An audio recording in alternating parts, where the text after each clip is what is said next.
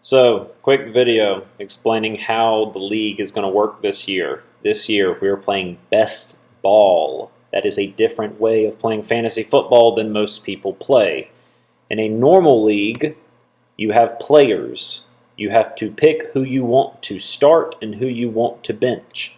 So you would pick a player, they would play the games, and you would get that many points that were associated with that player.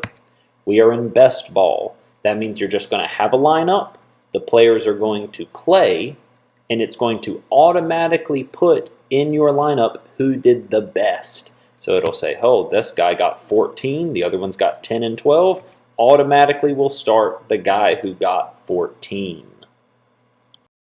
So this is what you'll be looking at when you go to draft or do a mock. The most important thing is the sections. So the top part is the, how would you say, the picks. The bottom section down here is the available players.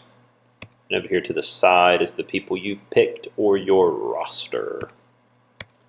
So just for reference, it looks about the exact same if you pull it on the phone versus pulling it on a computer. So it's just a little bit more condensed and obviously on a phone screen. So let's look at the top. The most important thing to note here is you see my name there. So 1.2, 2.11, this, that, and the other. The main thing about it is you can just kind of ignore everyone else. Everyone to the left, everybody to the right of you.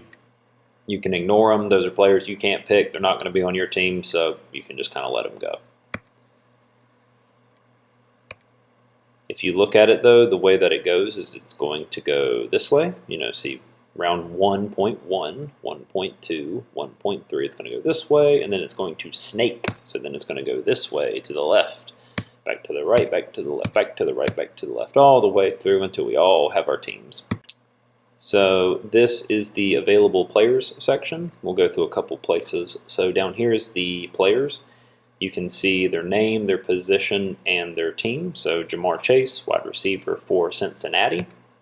What's important is if you see down there where it says wide receiver, there is actually some filters here at the top. So for example, if you click that QB, what it's going to do is it's only going to show you the available QBs. If you click on running back, only available running backs, and then you can see the positions that they are down in the bottom. So for example, if I click tight end, it would only show you tight ends. Down here is ADP, average draft position. So lower the number is what people are picking them at, and that is across all of this app. So a lot of people, a lot smarter than a lot of us, are making those decisions. So the second most important thing is bye. Bye week is a week off. We'll talk about that a little bit later. And then projected, that's how many points they're projected in terms of the average per game or the total number of points. So the last section is the roster section. So pretty much what this is going to do is it's going to auto-populate as you go through the draft. I did a mock, and then this is what it'll look like. It'll say what pick you picked them at, so you can see like my first round pick was Malik Neighbors, my wide receiver at 1.2. My second round pick was Josh Jacobs at 2.9, the running back. So as you draft, it will actually show you who you've got, and you'll be able to scroll through and say, oh, I don't have any receivers, oh, I don't have any running backs, you know, then you can go from there.